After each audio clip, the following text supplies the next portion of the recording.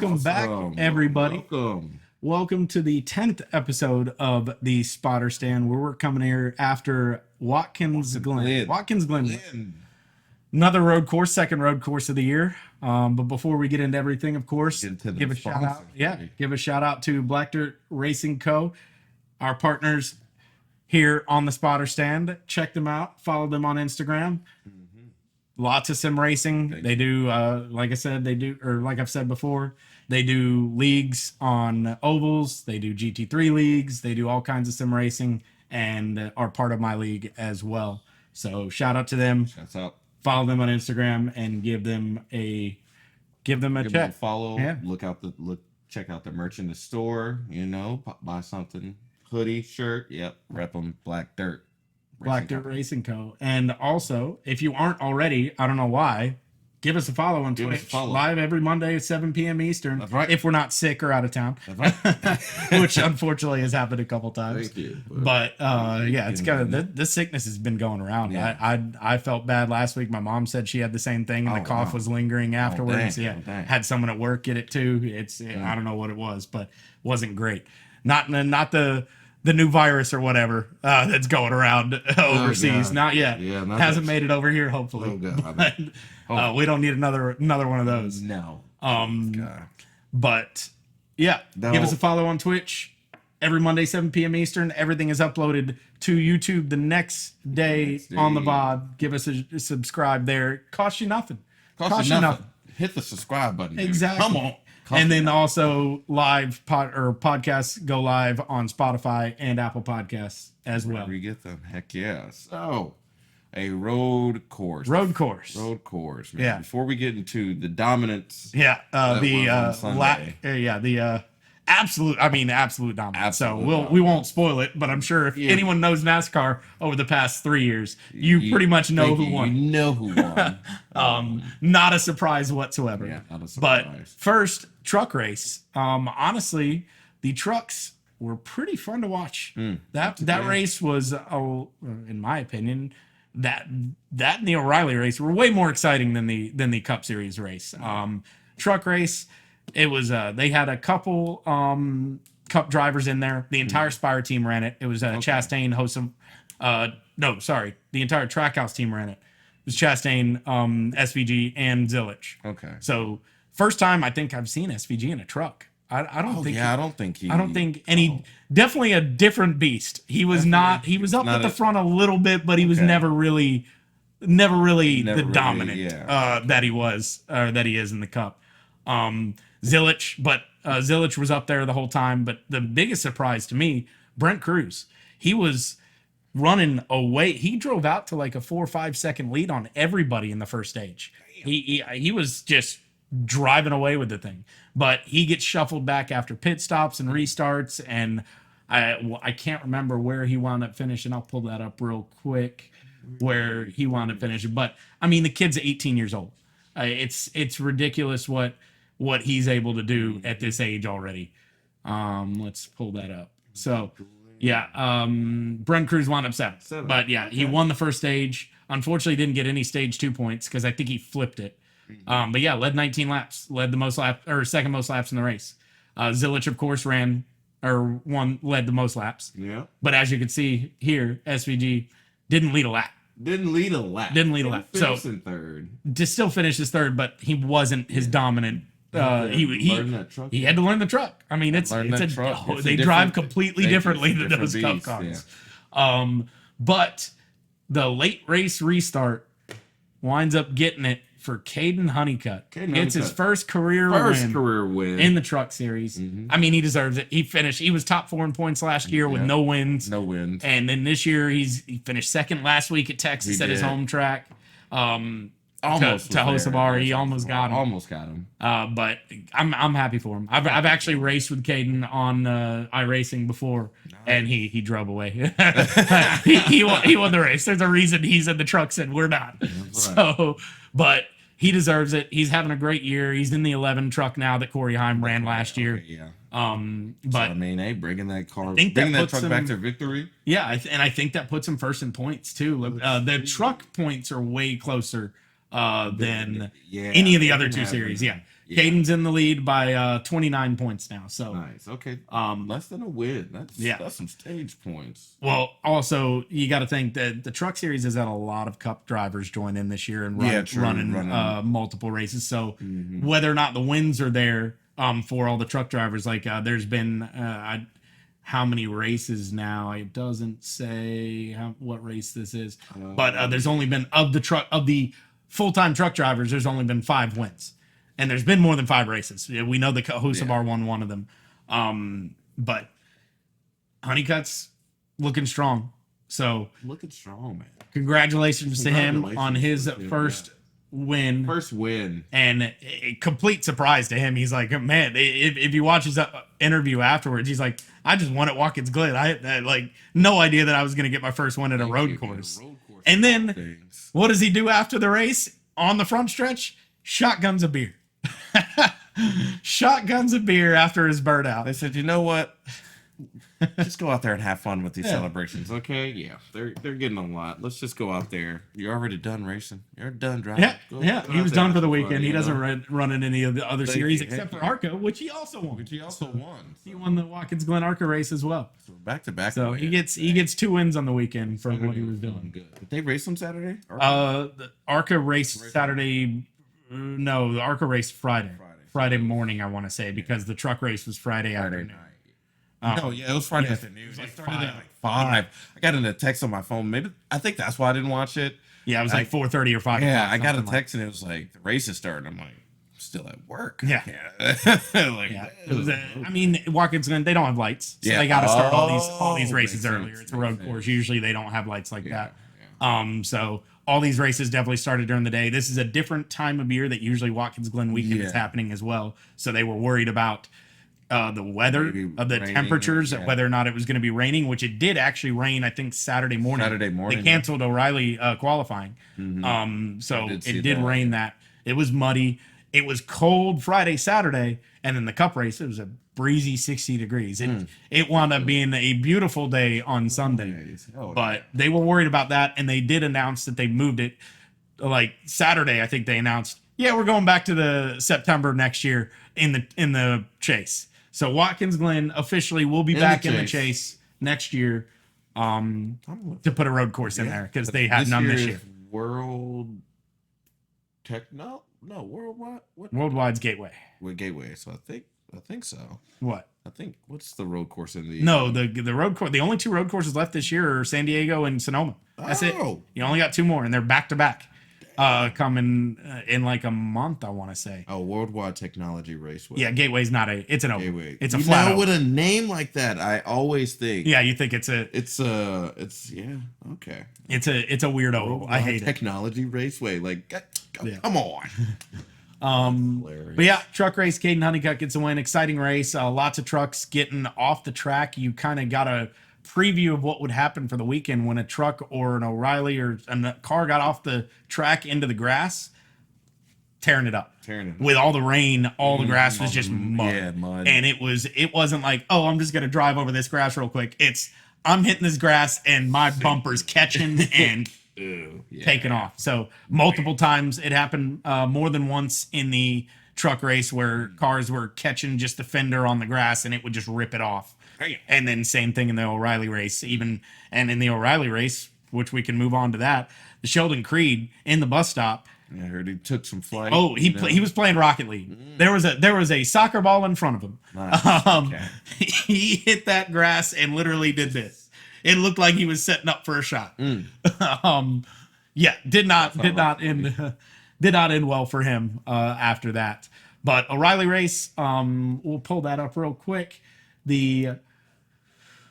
Of course, ringers in the O'Reilly race, SVG, Zilich. I mean, they were both in it again. Like I said, they were running. They were the Trackhouse trio were running all 3 races this weekend. So yeah, you had Zilich, SVG, and Chastain in there again. And shout out Roger for starting on pole. Well, he started on pole because of the rainout. So a win is a win. We will take it. And he had an eventful race. I think he even went off track a time or two, or had some issues. He wanted to finish the 12th coming back, but it definitely, like you see, he got 7 points in stage 1. Yeah. He finished 4th, and then just kind of didn't go from there. Led 2 laps, but I mean, dominated by 3 cars. There was no one in those 3 cars of Zilich, Jesse Love, and SVG Brent Cruz. Sorry, Brent Cruz. Again, 18 years old, driving the O'Reilly Series for the first time because he had to wait for the age, to turn 18 in March before he could even race in it. So now that he's full time, he's racing racing it. But he was fast. I mean, it was him and Zilich for a bit, and then Jesse Love wound up taking the lead late on a strategy call. And what do you know? Zilich, alternate strategy, doesn't get almost any stage points because he flipped every stage. I mean, you don't care because Zilich isn't running points in the O'Reilly Series. So what's he gonna do? He's gonna go for try to win, and sure enough, he does win it. Zilich passes Jesse Love in the final corner and wins by 0.2 of a second. Woo. I mean, exciting race all around. Lots of passing, lots of good racing, and people going up and down the field because of strategy. I mean, there were a lot of. I saw one time late in the race, Alex LeBay was running like 5th, and you never see someone like that. But it's just different strategies throughout the race. And as you see, a couple people ran out of fuel late in the race because it turned out that O'Reilly was a very good preview for the strategy that would wind up happening in the Cup race. But world of their own, Zilich, Love, and SVG and Brent Cruz. SVG was up there. He led some laps, but did not look like his dominant self. But he was always right there. Now, I feel for Jesse Love. Like that. Yeah, losing like that just barely missing the braking spot in the very last corner after driving almost a perfect race. And him and Zilich are friends. Like they're really good friends. You know, Connor said that's for winning last year. That's for winning the championship last year. That's for stealing the championship from me. Yeah. With my hands. But Jesse Love, if you saw any of the interviews, he was borderline in tears. I mean, he was choking up.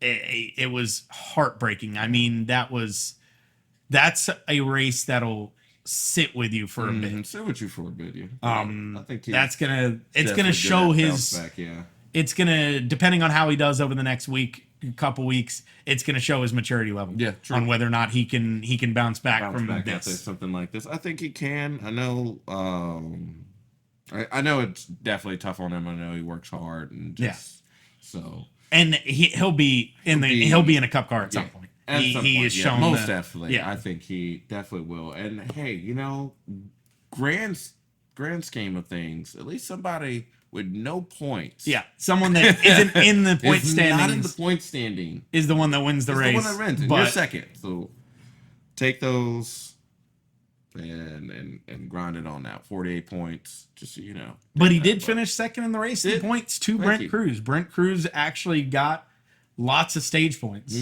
Or, well, not lots of. He got multiple stage points. And then also finished 6th. So he got 51 points. 51 points. Oh, no, he didn't. Yeah, stage 1 position, first and second. He finished first and second in the 2 stages without flipping him. But that was what ultimately put him back in traffic, because the people that do flip the stages, they wind up passing him when he comes into the pits. So he wasn't able to fully get back up there. But he had probably the best car. Either him or Zilich had the best car, because he was up there the whole race. Led the most laps.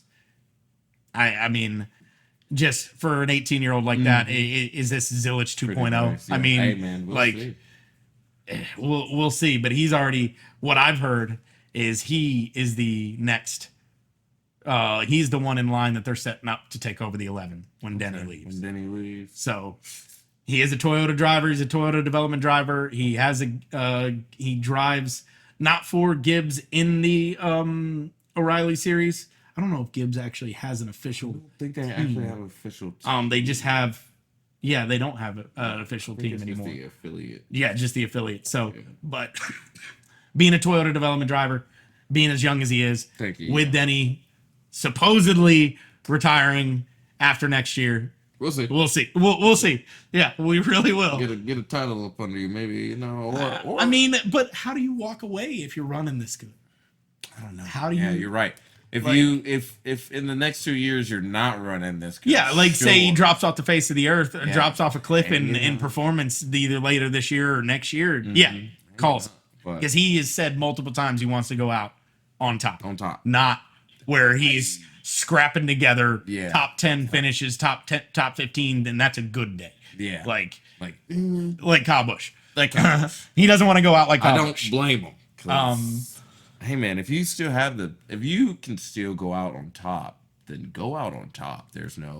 And go out on your own terms. Go out on your own terms. And like I said, especially with how you're running this year, see what's happening next year. See what's happening. I think he's still got a good 3 years in him. I like I said, just depends on his performance. Win this year and just leave. Yeah, and it's very possible. I mean, we thought about it last year. If he won last year, we were like, okay, maybe he just calls it. Thank you. I would call it. Oh, whoop, got that championship. Got that and I'm sure, he's been with them for so long. Yeah. If he wanted to leave, they would find a way. They would find a way. They would find a way. And I feel. And I think Cruz already, because last year Cruz was just in the trucks, real young, very raw, very raw prospect. Yeah.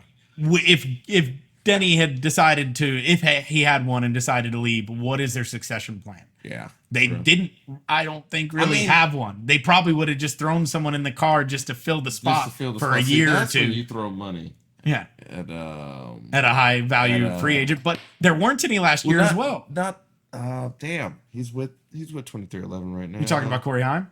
Yes.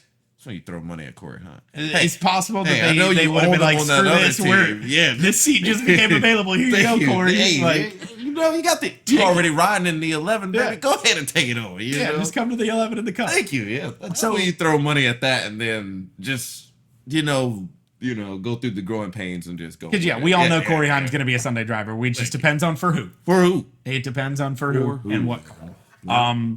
But, so Brent Cruz doing really well this year so far in his limited, like I said, he missed the first 4 or 5 races, I believe, because he wasn't old enough. Yeah. But, I mean, for someone like that, brand new, first time in these cars.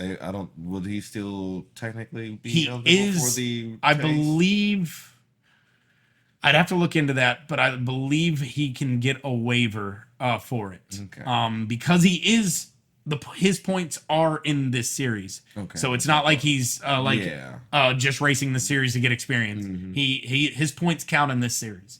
So I believe that he could get a waiver, or they've already approved that he's good to go. Just because it's not.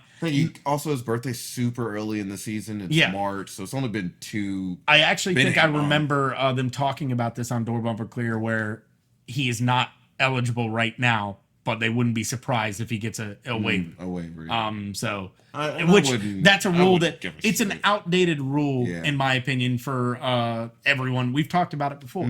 For to have to race every single race to be eligible for the playoffs. Well, it was because they didn't want one-off guys coming in, winning a race, and making the playoffs because of the winning in. Yeah. Well, now there is no winning in. If you miss 4 races and still make the top 16 in points, top 16. Why not? Why not? I think there should be a drove cutoff. well enough. Hell yeah. You drove well enough. Maybe 5 or 6 races, I would say, then maybe not. Why?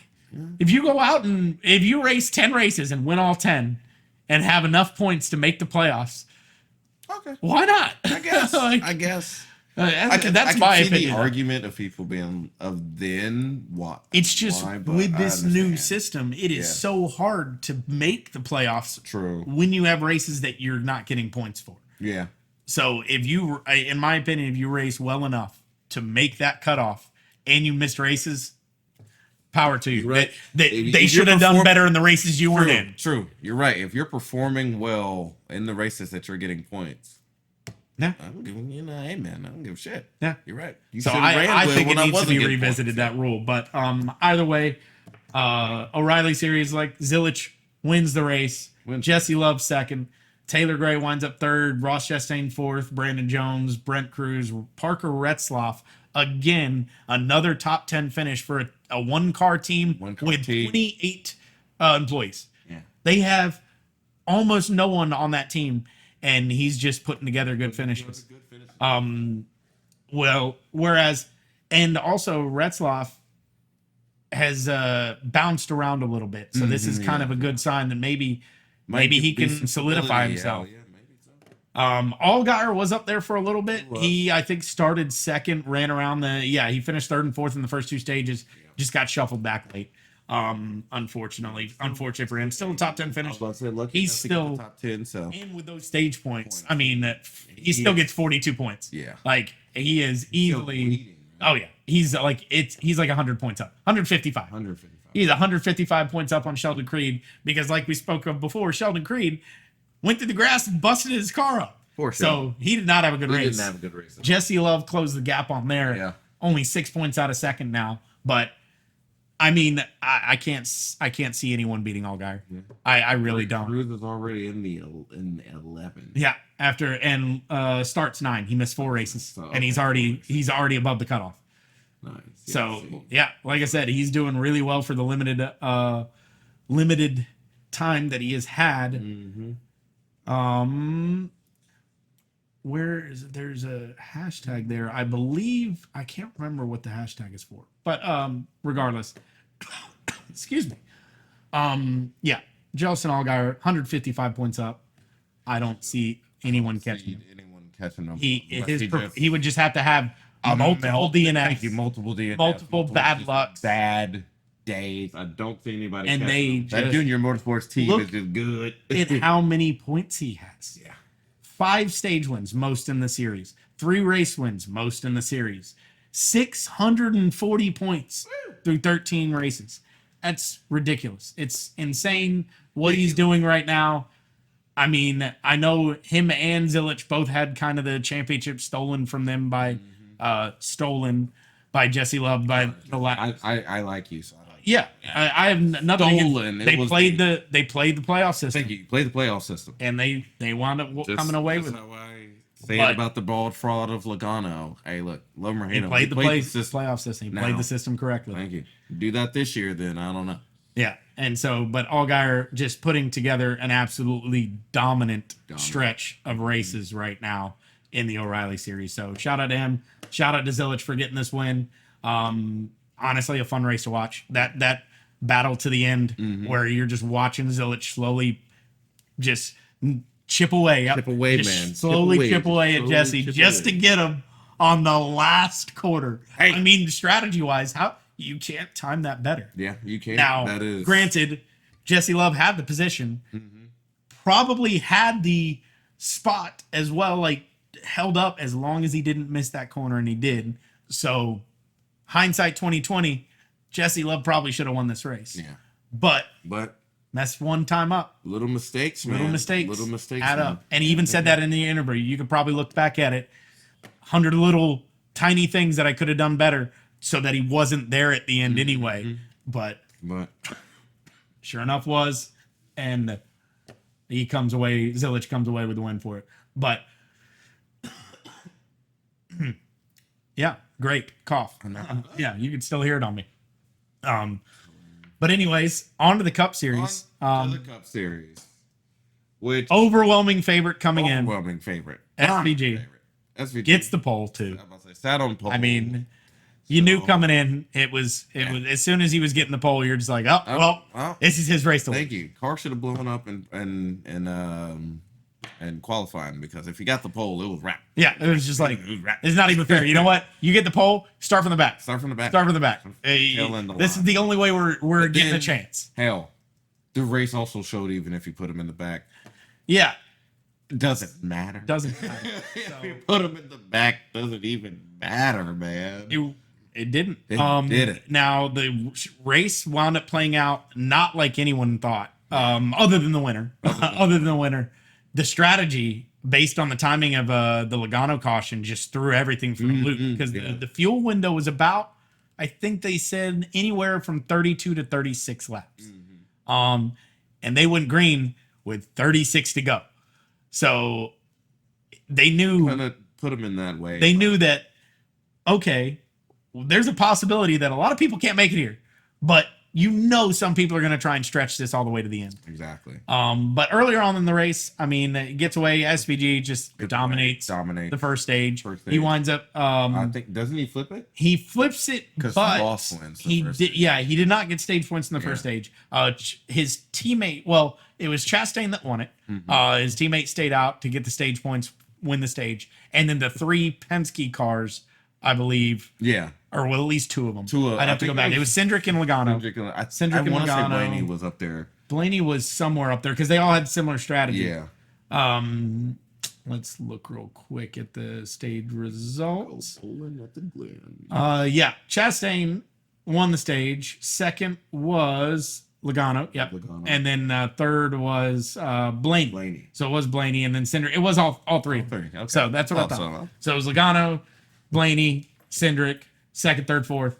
And then you had AJ Allmendinger, who's always a good road course racer, getting fifth in the stage. Put him on my fantasy. I was praying towards the end that he gets a top 10 finish, and he did. He did. He was part of it. He was on the same strategy as SVG and McDowell that wound up pulling it together. So I almost chose Michael McDowell. I did too. I honestly, I had him in my lineup until like a day before, and I'm like, I just didn't trust him. Yeah, I didn't trust him. I didn't trust him. I know he's a good road course racer, but just their performance this year, McDowell has been awful.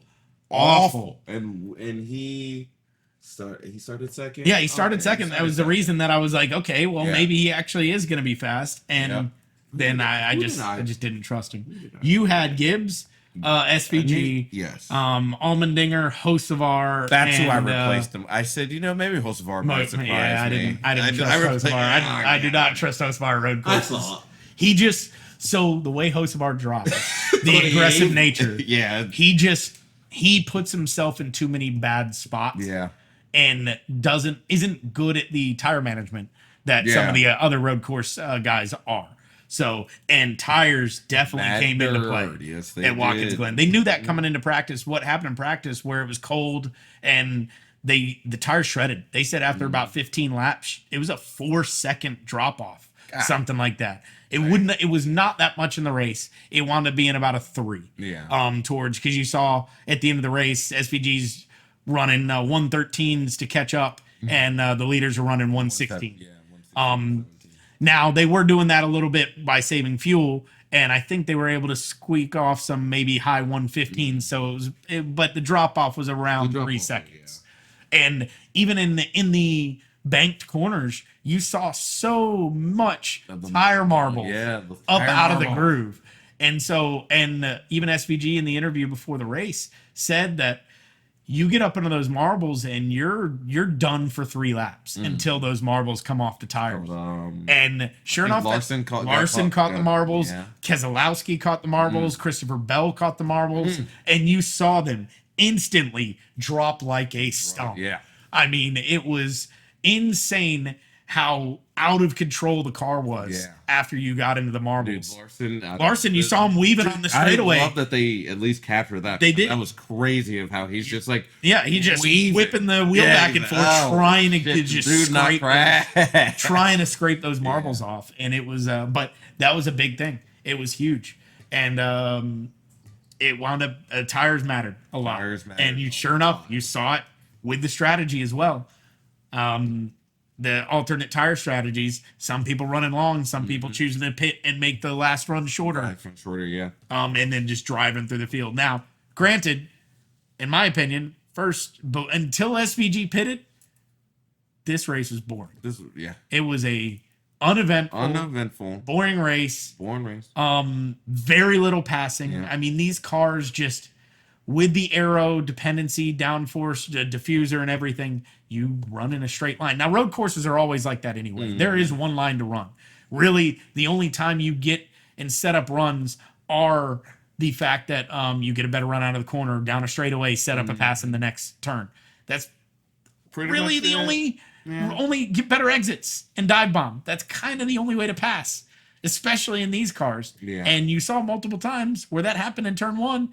Didn't end well for a couple of them. You saw Bubba Wallace. Bubba Wallace got taken out by John Hunter Nemechek. Yep. By him dive bombing into one, trying to get it. Now, Bubba did try a crossover on the car in front of him. I just don't think he expected John Hunter to dive in like that. And so didn't realize that he actually was there. And so Freddie on DBC, I'm sure you're going to catch a lot of flack for not calling inside. Man. Should have called inside. Yeah, should have called inside. But Bubba winds up spinning, getting taken out. He finishes way down there. He's in 29th. Not a good race for Bubba. Although, lucky. Did get 10th in the stage. Yes, did get 10th in the stage because he was one of the ones. There were, 11 cars that stayed? 10 or 11 cars that stayed out on that first on the first run that didn't flip it, trying to get stage points.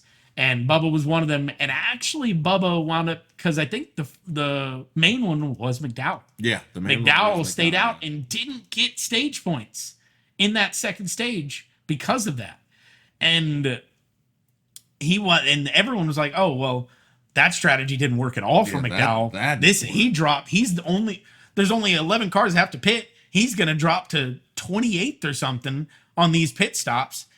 We're never going to see him again. The strategy didn't work. Well, he went the SVG route, ran long, and then pitted where I think right before SVG or right after. I think it was a lap before. I want to say it was a lap before. I think when SVG came in that second time, the pits were closed. So. No, I'm talking about with 25 to go. Oh, okay. When his last pit stop, because McDowell did the same strategy. Yeah. McDowell ran that one. Actually, he didn't run it long; he ran it short. So with him pitting at the stage, he was one of the ones that could make it to the end, could stretch it, but decided against that. Decided to run all out and just kind of almost split it because it was 50. Was the last stage. It was also Wasn't he also talking about it with his crew chief? He was like, "No, fuck." Well, they were talking about it prior. The reason that they stayed out were like, we're not beating SVG by doing the same thing as he's going to do. Yeah. So we're going to try this, try a different strategy, and that's what led them to staying out in that stage 2 and not flipping it like SVG did. Yeah. Trying to get stage points, and he was leading for a bit, but then tires just dropped off the face of the earth, and he dropped all the way back to I think he finished the stage 11th, right outside. Bubba was able to actually get by him in the last corner, so I don't know if McDowell got loose in the last turn right before the stage end, but they came across the stage. So. They came across pretty wide. Yeah. It was him. I think Chastain might have gotten a stage point there as well. Did he? No, he didn't. No. Trying to remember who else that was. I think it was Briscoe. There it was. Yeah, it was Briscoe and McDowell and Bubba, all 3 wide, with, unfortunately, McDowell, the loser of the deal, and getting no stage points after staying out on that strategy. Zilich was one of the ones that actually pitted, flipped it, came back and got stage points. Got some stage points. Zilich, I mean, had a strong day. But all throughout late in the run, you saw him. How many times did you see him lock up that right front? God. No, man. These cars do not drive like the Xfinity. The Xfinity series, if you overdrive it, majority of the time the back end's coming out. You're getting loose. Whereas in the Cup series, that right front's locking up and you're not turning. You ain't turning a damn. Yeah, unless you flat spot that tire. And he flat spotted that tire one too many times and wind up with 5 to go, getting a flat right front tire and pitting. That shit was sad. Yeah. That shit was sad. You could just, what this race wound up turning out into, other than the ones that were all out running, as a sim racer, I absolutely hate having to sit there and save fuel. It is just not natural as a race car driver to want to do that. To want to run significantly slower, not trying to push, not trying anything. We need you to save gas. And you could just tell on the radio, they kept playing Zilich's radio. He was like, when can I go? When can I go? Please, can I go? No, we need you to save a little bit more. Can I do this now? No. And so he kept getting close to Ty Gibbs, but Ty Gibbs was on the same strategy, trying to run that long, trying to stretch it all the way to the end. And there were a couple times where Zilich was just overdrove it, flat spotted that right front, and he did it just one too many times. Where because Gibbs, being the leader, you can kind of control the pace. Us saying it was hard to pass, especially when you're trying to save fuel. So you have to drive harder to do that. Now, granted, what I would have probably done is just Zilich, drive hard, get the lead, try and hold him off and save fuel. Bro, just keep the lead. Keep the lead. Because you can control the pace and as the first place car. And we saw multiple times Zilich got to his bumper. Just couldn't pass make that pass. And I don't know if he was even actually fully trying to, because you have the crew chief and you're saying, hey, we need you to save fuel. We're short. We can't do that. So only Zilich knows whether or not he could have actually passed Ty Gibbs. But ultimately gets a flat tire, has to pit. Does wind up 20th. Does drive through about 10, 12 cars with five laps to go to get back into the top 20. But salvaged a otherwise would have been a great day. Got some stage points and got 20th. But I mean, is this a view of what's to come? I mean, Zilich and SVG in that second stage, they were the only two driving away. Everyone else was 4 or 5 seconds. 4 or 5 seconds back. I mean, it might be a preview of what's to come on future road courses. And even SVG didn't win every road course right away. No. So, and Zilich is already showing that he has the speed to compete with him. So give him more time in the car. Give him more road course opportunities. He's going to get away. He's going to understand what the car is doing. Because you're right. I think he's still learning. So yesterday was a big learning experience for him. Once again, hey, get up there, see what you can do. And then, learn it. So him locking up the tires. And no one else did it nearly as much as him. Yeah. So you saw it lap after lap, at least one lockup from the right front. I think it's mostly him. And, everybody else is used to driving these cars, especially on road courses. So, get in that. Because he has the speed. He has the speed. He has the skill. Yeah. The skill. I think he has the skill. The raw talent. He definitely has that at road courses. And back to the the overdrive in the corner, locking up the right front. What they were saying on the broadcast, which I agree with, it does happen, is once you flat spot a tire like that, it kind of just tends to find that over and over. Once you drive, and every time you come to a turn, it's going to be there. It's going to be that spot, unfortunately. Or you're going to slide it a little bit. Well, once it hits that flat spot, it's just sliding.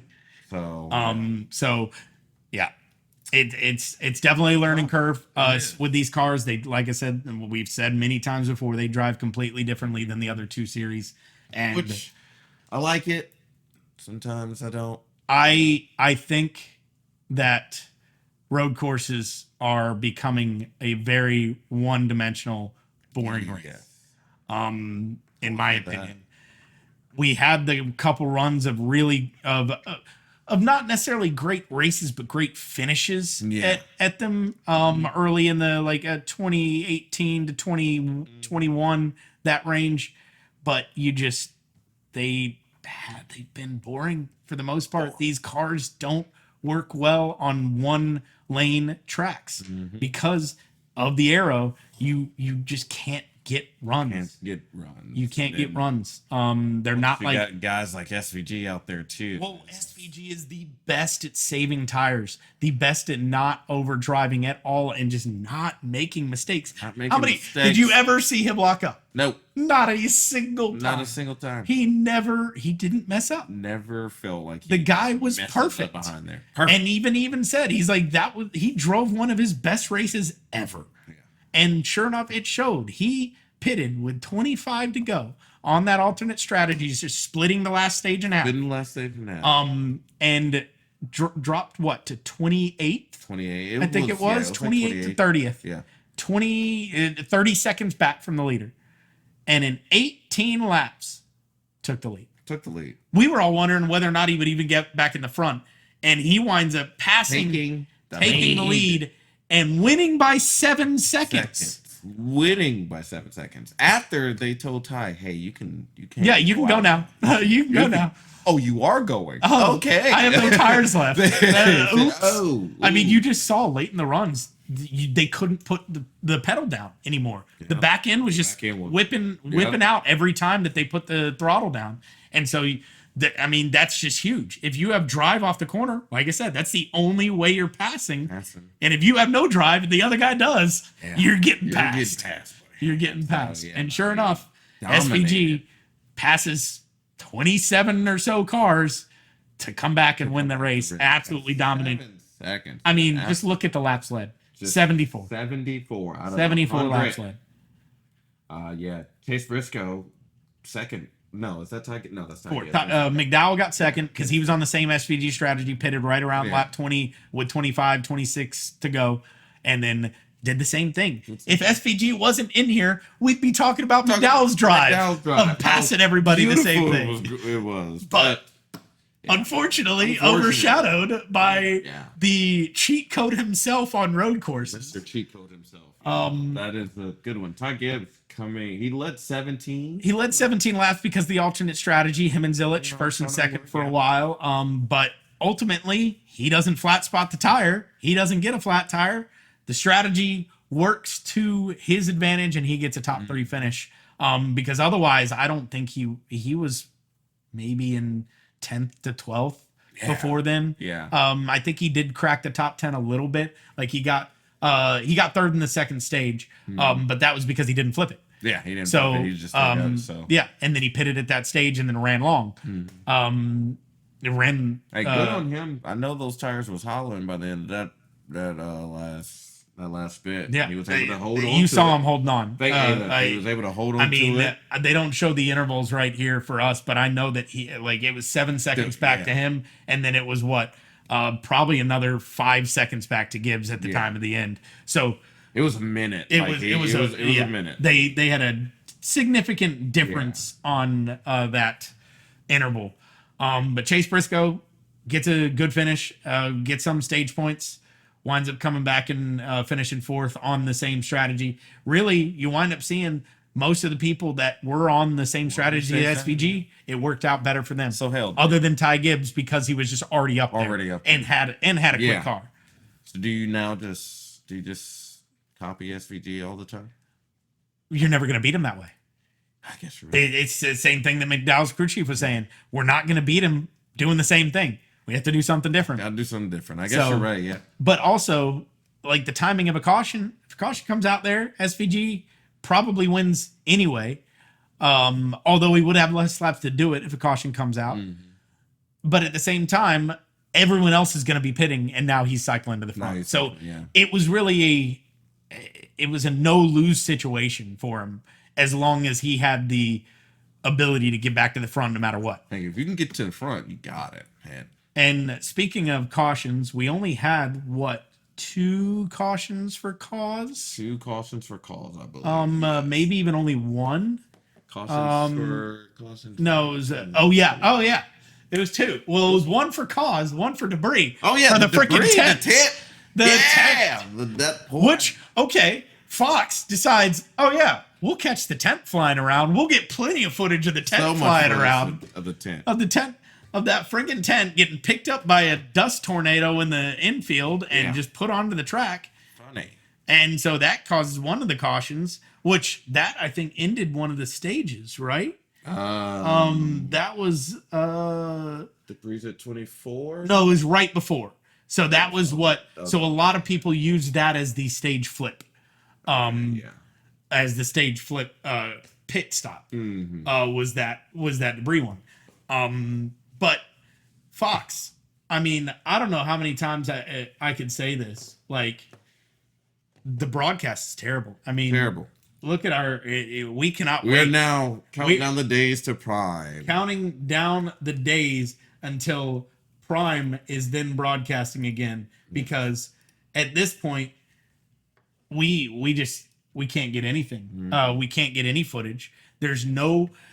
how many incidents did they actually show during the race? How many replays of incidents did they show? I want to say 1. 1. From what I can remember, one. What I can remember, and we saw the tent. They got plenty of footage of the tent. Got the tent, but they missed Ricky Stenhouse going through the bus stop and almost pulling the same thing Sheldon Creed did the day before. They missed the Josh Berry, the two Josh Berry incidents. Both fairly late in the race. They missed Josh Balicki and Catherine Legg wrecking each other. They did. Yeah, I didn't even know they wrecked. I knew Catherine Legg spun, and then the broadcast said something about the Josh Balicki and Catherine Legg incident, and they thought maybe a caution would even come out there, and it wound up not. But they missed that. They missed Byron. They didn't replay Byron spinning around. They replayed Logano's tire locking up into turn one and blowing. And it may have already been flat. He kind of may have done the same thing that Zilic did. I think so. And just flat spotted it one too many times. But Logano, they replay that, but they missed the Bubba incident. All we see is Bubba spinning around and then sitting there against the tire packs, waiting to get going again. They never replay actually what happened. Why are we having to go find Twitter clips of what happened in the race? Like to know what is going on. Yeah, no, that was a very it was. In my opinion, like I know there have been some bad broadcasts before. I think this might be one of the worst. Yeah, I think it's the worst one I've seen. It's the worst. I think it's the worst one I've seen. I understand it is a road course, so they may not be able to catch everything. Live. They may not have live angles of it. Yeah, you can't be watching everything. Fucking replays. Get some replays. Come on, show us what happened. The only other incident was the Byron one they did catch because. They did replay it. I remember now. They did replay it because they did catch it live because it was right after shortly after restart. So they were going through the bus stop and they were looking down to the bus stop and saw the spin and everything. And then they did show one replay of that. So they showed a replay of that and they showed a replay of the Logano. But other than that, I mean, like I said, I didn't even know Josh Balicki and Catherine Legg. Legg crashed. Yeah, Legg spun around and sat there for a bit. And then, I said, they thought there was going to be a caution. I don't know if she just couldn't get it refired or what, but they never showed it, so we don't know. They never stopped. They did not stop the race to get her off, so she probably did restart it or, got pushed off later, but they didn't stop. So, other incidents that occurred, the biggest one to me, I don't know, because they never showed a replay. I still haven't gone back and found a clip of what actually happened, but Cody Ware backing into the Armco barrier, busting the absolute crap out of his car, breaking the barrier. That was the Josh Berry spin. That was they panned to Josh Berry, showing him getting going again, and they're like, oh, and then all of a sudden you see him go by a car that is in dust, dirt, broken pieces, debris. I'm just like. And even the broadcast is like, oh, well, there's a wrecked car there. There's going to be a caution soon. That was with 9 to go. Can you imagine if a caution came out with 9 to go? We're restarting with 4 laps left. 4 laps left. 4 laps left to a shootout to the end. Hell.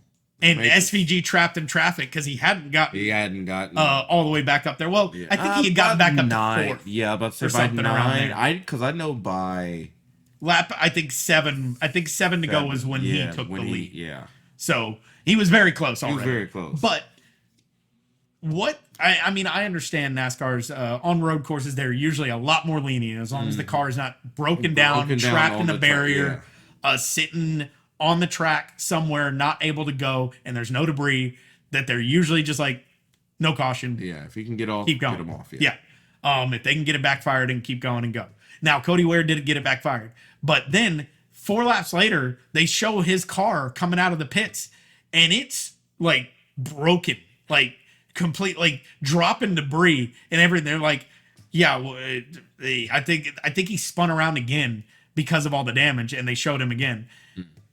But the biggest thing during that is I saw pictures of the barrier after the race.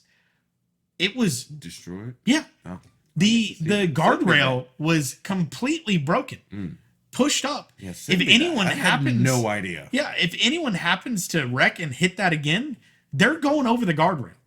Like, so at that point, it's more of a safety issue to fix the guardrail than it is this car wrecked on the track. Yeah. And they've put out cautions for that before. So I truly think NASCAR missed that one. I think they messed that up. I really think should have been a caution there. It was not a good look, to be honest. We're showing this SVG getting to the front no matter what. Well, they didn't even show that. The Fox broadcast didn't even show SVG for the majority of the time. Again, another point. All they did was show Ty Gibbs and Zilich saving fuel, riding right next to each other. That's it. They caught SVG a couple times during his whole run, but I saw him pass maybe 2 cars out of all 20 something that he did, because the broadcast was just talking about it and not showing it. Like, I would be way more inclined to watch SVG right now than these 2 guys running 2 seconds slower saving fuel. When I know they're going to lose. Yeah. Because there's a shark on their ass. Yeah, and he's coming. He's hunting. He's hungry. So, like, no, I don't care that they're saving fuel right now. Show me the dude that's tearing it up. Or show any of the other battles. Anybody. Like, they did not. They were locked on to Gibbs and Zilich doing absolutely nothing. Nothing. Absolutely nothing. But so again, 13 more days. We got one more broadcast from Fox at Dover next week for the All-Star race. The All-Star race. Prime. And I'm looking forward to it. I cannot wait, because they were excellent last year. The thing I love most about the Prime broadcast is those after post-race interviews. Give me some on that. Like, give me some on that. They're just sitting in the booth, and they just bring whoever the heck wants to come up there. Some of the best hour and 30 minutes of just bullshit that is going on. It's great. Beautiful. It's great. You get to see the driver personalities and them not having to worry about that censorship or anything like that. And it's way more. Yeah. And they give like 2 hours. They don't give a couple of post-race interviews and then that's it. And then you're having to find everything else on YouTube or whatever. They give a whole hour to 2 hours afterwards for post-race shenanigans. First-race shenanigans, because that's what it is. That is what it is. But it's great, and I'm looking forward to it. And they come back at Charlotte, and hopefully going to be a good race.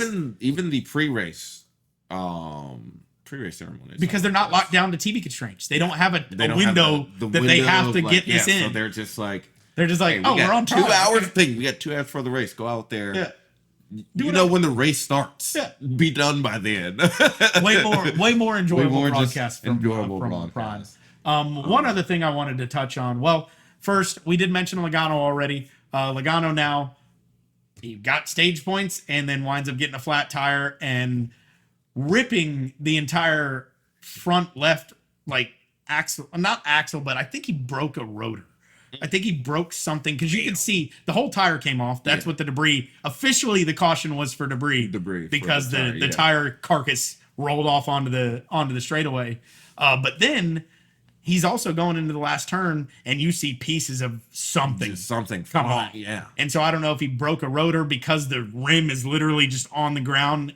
And he even said they said that he came over the radio like a lap or two before, and he's like, something doesn't feel right in the front. So maybe he broke something, and then that caused the tire to go down, and then it just fully came off while he was driving around.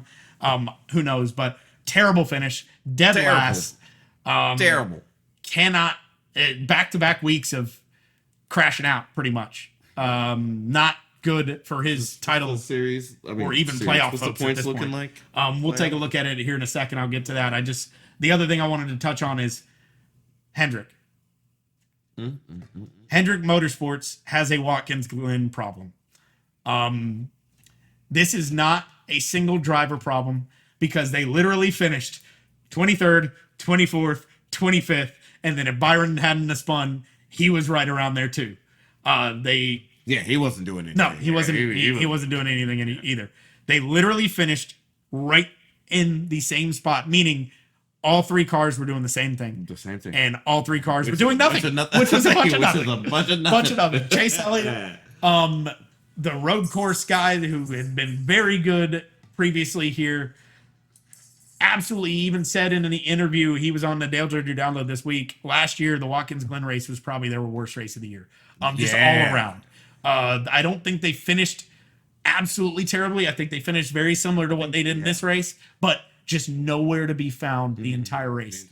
And he was one of the ones in the first stage that's like, I'm just going to try and get some stage points. Stays out, doesn't even get stage points. Because Zilich and Chase Briscoe wind up passing him, and because they flipped it and get by him. They have... The only time I saw a Hendrick car was Byron spinning.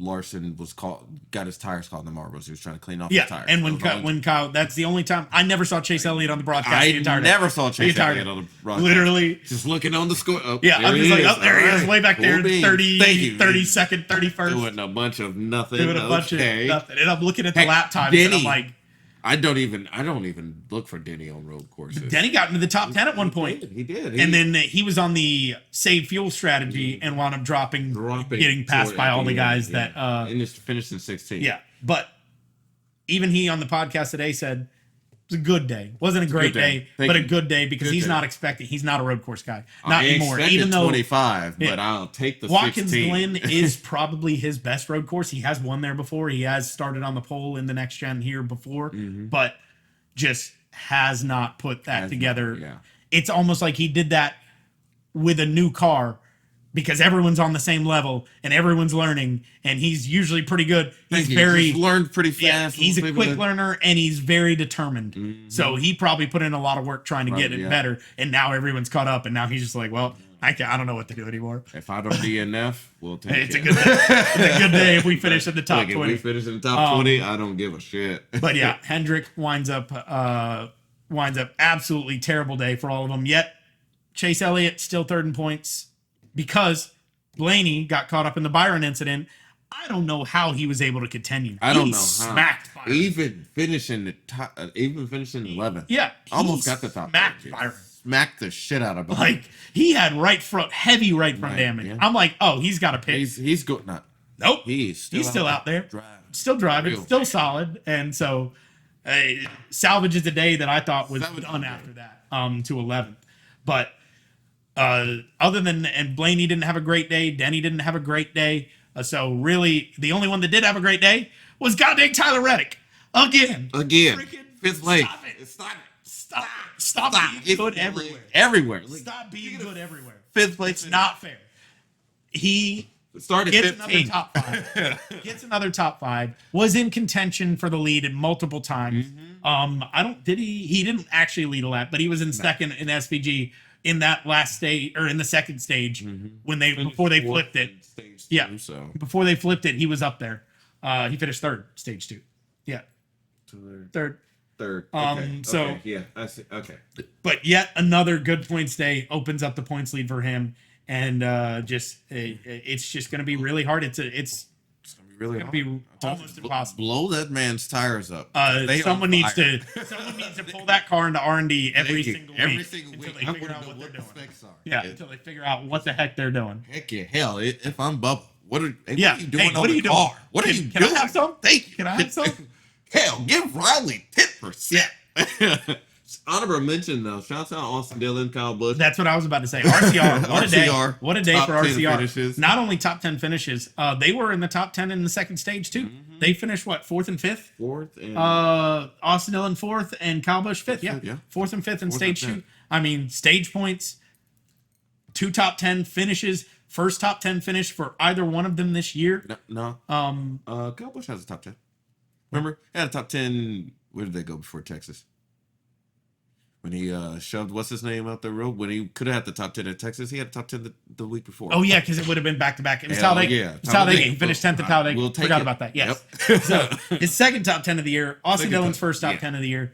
Kyle Busch, if not for Texas, would have had almost 3 top 10 finishes in a row. Top 10 finishes. Thank you. Because I don't know if he's finished in top 10. No, he was in 12th place when he was fighting JHN. That's what I'm saying. But he was running top 10 all day. It was the late restart that he got shoved back on and was just overdriving and trying to get it back because he was probably pissed off.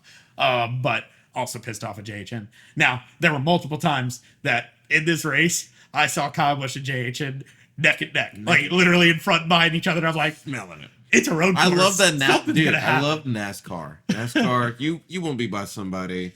Oh yeah, if you get into an incident, whatever. Oh yeah, if you get into an incident, you're gonna see that guy for the next 5 weeks. Thank you. For the next month and a half, yep. I'm about to be running next to each other, right next to always, each other. Always. And sure enough, they did, but no incidents. And Jay actually gets a top 10. Top 10. Yeah. Thank you. He gets a top 10. Top boy, 10. Boy, I've been seeing all damn year. Has one argument. Has one dispute. Yep. Austin Cindric, also another good run. Qualified. He started second, right? I believe. I want to say no. Yes, that was he started, or no. McDowell started second. McDowell started second. Yeah. Austin was third. Cindric started third. Finished ninth. Solid day. Another good run. Especially when you've been having started the year. Debatable. Not a great start. Not a great start. So far, over the last 4 races, maybe 4 or 5. Yeah. He's above the cut line right now. I believe we'll look at that in just a second. I think Chase Briscoe, 4th place finish. Yeah. Also good for him. Unfortunately for Briscoe, he was the cut line. He was cut line. And guess what? SVG was behind him. SVG is behind him. And he won 68 points. That and jumped Briscoe to the cut line. So now Briscoe's out of the points right now after even a great day. This is what happens. But, that's what happens when you go against SVG. Well, and puts that's a big thank you. 68-point day together. Jesus 68 fucking points. But yeah, so all in all, I'll repeat again. First 75 laps, boring race. The only thing that made this race a good race was watching SVG go through the field. Thank you. Watching SVG go through. Hearing about SVG going through the field at the end, and not watching. Thank you. If you put on his driver cam, then maybe you watched. I was not. I did not. I need to start doing that a little bit more. But I don't want to pay for HBO. So I do pay for HBO. Oh well, then you should. I should. I don't know. Yeah. Can I say that on Twitch? I'd be in the clouds. So I'd be forgetting to even lift that up and be like, "Oh yeah, like, what's going on?" Thank you. I'm just wanting. But so here are the point standings as they stand after we are one race prior to halfway through the regular season. Charlotte is the mark of halfway. So after that race, what we're gonna do is revisit the people that we chose as our top 5 in the first episode of this year and see how our picks are doing. Now I know one of my picks is doing absolutely trash, and that's Christopher Bell. I think he is also one of my picks. Yeah. We are not doing good. He, unfortunately, after this week, drops to 11th in points. 11th. He moved up to 11th because William Byron dropped to 12. Yeah, but also Byron, I think, was one of my picks. I also think. I have mine written down. Let me just take a sneak peek. Well, we'll do that. We'll do that as a full segment on the next episode. Yeah. So we'll talk about that later. But yeah, Reddick extends his lead to 129 points because of his top 5 finish. Denny Hamlin got 16th. Solid day. Didn't get too far behind, but just not the same. Chase Elliott, not a good day, but still in third. Still only 16 points out of second because Denny didn't have that great of a day either. He only lost 7 points on Denny. That's not bad. That's not bad for how bad Chase was running the whole day. To only lose 7 points on the guy in front of you. Chase is consistent. He can make those 7 points up next and week. It's really only Watkins Glen for some reason. Coda, he had a top 10. So I don't know how they'll do it the next 2 road courses. He's usually better at Sonoma, and no one knows about San Diego. One of them is completely new, so we'll have to see. That can be anybody's No one knows about San Diego yet. Who knows if... But Ryan Blaney with his 11th place finish doesn't move anywhere in the points, but is top 5 does not move. No, top 5 did not move. Butcher finished 12th in the race. So and he's good at staying. I picked him as my winner, and he multiple times I saw him top 5, like 5th place, and I'm like, oh, he's moving his way up. And even in the first stage, I saw his lap times. I'm like, he's the second fastest car on the track right now. He drove up through past like 4 or 5 cars late in that run to get into the top 10, but then just got shuffled back on that second stage restart. And could never come up. Yeah, could never come back. Could never. And then he was on the strategy of saving fuel at the end. So running ridiculously slow lap times and just could not make anything happen. Yeah. But top 5 doesn't move. Chris Buescher, no one picked him to be in the top 5 this late in the standings anyway. So props to him. Ty Gibbs with his 3rd place finish does move up to 6th place, passes Hocevar after Hocevar's not good day. Not good day. I tried to ride the day. Tried to put the faith in him, but did not work. Kyle Larson in 8th, not a good day either, but stays put Brad Keselowski, absolutely terrible day for them as well. Day. But Keselowski... This is what happens when you run good all year, folks. Well, Keselowski is not good at road courses. No. Get this in your head. Keselowski is not good at road courses. He has not won a road course. He has the most road course starts of any active driver without a win. Like 50, 55. Now 56, I think. So he used to be decent, couple second place finishes, but has never won. Bubba with his bad day, he still moves up a spot. Christopher Bell still moves up a spot because William Byron dropped 2 spots with his 36th place finish. 36th place. Ryan Preece stays put 13th. We didn't even talk about Ryan Preece after Texas. We talked about the 2 incidents. Ryan Preece with Ty Gibbs and Kyle Busch with JHM. JHM. Well, the penalty went to Ryan Preece. And you want to know why? And I know it's this. It's because he said he was going to do it. Yeah. It's because he said he was going to do it. So you back NASCAR into a corner where they're like, you can't say that and then do it. Like you just gotta play it off and be like, oh yeah, we can justify this. Racing, and then I go not enough evidence. Not enough evidence. Well, the goddamn evidence is you said you were gonna do it. So unfortunately, Ryan Preece got docked $50,000 and 25 points in the standings. 50,000 points. 25 points in the standings, but that would put him up if he had 25 more points right now. Where would he be? He'd be up in 10th. He'd be in 10th place. 10th place right now. Woo! Actually, hold on. 25. He'd be in 9th. He'd be in 9th. Ryan Preece would be in 9th place in the point standings if not for that 25-point dock. Now, they did appeal it, so there is a possibility that they get the points back. Who knows? But there has been a precedent established with a points deduction and fine for intentional wrecking. Yeah. So I don't know how this is going to go. And like you said, him saying it. Him saying it is even worse. Because Kyle Busch's was more egregious. We all thought if there was going to be a penalty, it would be Kyle Busch. But he didn't say it. He didn't say it. And then he doubled down and tried to say, oh, well, he did this. He doubled down and was like, no, I have proof. He was in my lane. So he didn't, even though with your eyes, you're like, oh, he moved up. Like he just murked that guy. No. As SVG said, I think I just witnessed a murder. Witness a murder. That was hilarious. But yeah, so Ryan Preece 13th, Daniel Suarez still rocking inside the cut line 14th. Hey man, Austin Cindric, solid top 10 day, moves up to 15th. And SVG with his 68-point day and the win, moves up three spots. Knocks down Briscoe, Logano, and Ross Chastain. Yep. And I mean, you're looking at, these are 3 drivers that I think everyone, Briscoe, Logano, and Chastain, I think everyone thought would be in the chase. Everyone. And all 3 of them right now are under the cut line. And Logano not looking good at all. Chastain not looking good at all. The only one that I have faith in. Oh, yeah. Briscoe, yeah. Chastain, they're bringing speed. They're showing speed. They just haven't executed. Thank you. They haven't executed. And you're at a position now where now you really do need to execute. You need to execute.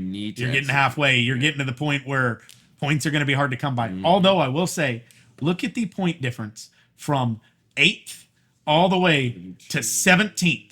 Ooh. It is, what is it? Let's do 9th. Yeah. Let's do 9th. So 318 points for Keselowski in 9th.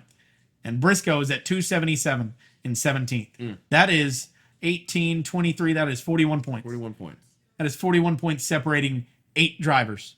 One bad weekend, you are dropping. You're dropping. You're dropping fast, kid. You are dropping. You have to. This is the time where execution matters and where consistency matters, and you just have to get all the points that you can. Because even that Logano, that finish puts him 32 points behind Briscoe now. That's a full race. That's a full race. That's a full really good race. That's a full really good race. And pray that he does not have a good race. Exactly. And so the top 17 have kind of separated. That's a 32-point gap. So you're looking at 17 drivers right now. And at the very most, I'd think maybe 19 drivers in this, just because Allmendinger, they could, if they put a couple of finishes together, that aren't road courses, they have to show more speed on the ovals. Because he is only 1 point behind Chastain. But then you're getting in McDowell, who, like we said, other than this past week, has been abysmal. And then Austin Dillon, Zane Smith, Kyle Busch. Who knows? Maybe RCR found something with these the new crew chief, new momentum or something. Thank you. Maybe they lock it in and start putting races together. Maybe Texas was a little fluky. You know, he was like, okay, let me pull that back in. Clearly, my anger can still cost me races. Yeah. So let me pull that back in. Yeah, gotta. Yeah, I mean, Kyle Busch has always had to be reeled in. Thank you. Like he's always man. Put the leash back on him. Put the leash back on him. But yeah, so that's what the point standings look like. Of course, Reddick 129 points up. I mean, can't say enough. He is the favorite. He's the favorite. Yeah. And then you got Denny, Chase, and Blaney all fighting over second place. I think they've kind of separated themselves from the rest of it. Yeah, I think like you said, 1 through 4 have definitely separated themselves.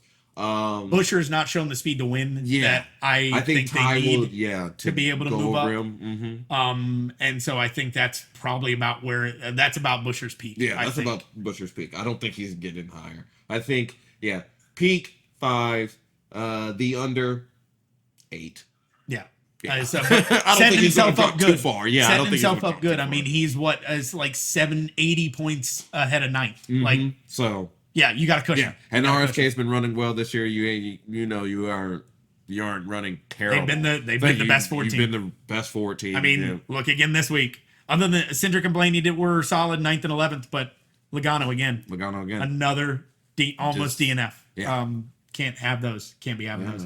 But coming to next week, we are off from points racing. We are at the All-Star race at Dover, which unfortunately is a 1 p.m. start on Sunday. 1 p.m. start? All-Star race is usually at night, whole spectacle, everything. This is a day race in the middle of a random Sunday. And where's Dover? Dover's in Delaware. Yeah. Apparently they have a casino right across the street from it. They built up that whole area, so it's not a bad area to have an All-Star race, but who goes to Dover? Who goes to Dover? Like what else is in Dover? Just I like saying. the track. No offense to Dover, but I love your track. I got my first win in the sim in my league at Dover. I love Dover. I do like the track, but it is not. We'll see what kind of racing it puts on for the All-Star race. Yeah. They haven't announced any sort of random shenanigans that they're going to do, because usually they use the All-Star race to test out maybe new rules or new stuff. They haven't. So we'll see about what happens with that, but we still got to make picks for it. So what we're doing is, it's an All-Star race. Points don't matter. Picks don't matter. What we're going to do is we're just going to go with our favorite driver. Loser by winners, Waffle House. No, we still get points for the picks, which I got to update that because we do. We'll get to that in a second.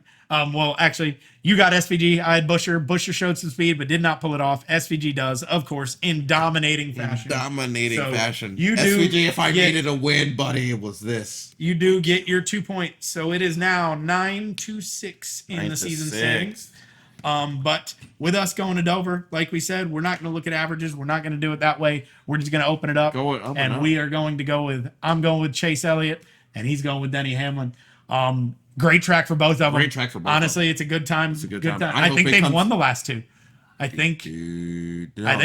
No, Chase did not win. Chase dominated and Denny pulled it off. Yeah. So, but great race for great race. I wanted to come down to 1 and 2 again because I like those. Those are nice races, especially for us. So shouts out, just a random shouts out. If Blaney could win, that'd be Kaiser some joy and wonder. So there you go, my boy. Always.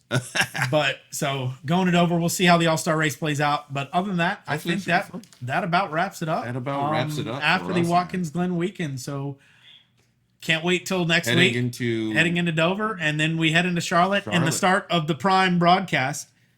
No more Fox. Second half of the season. Second half of the regular season. It seems like it has gone by fast, but yet slow all at the same time. Which I did I misspoke earlier. We'll do the review of our regular season picks after Charlotte.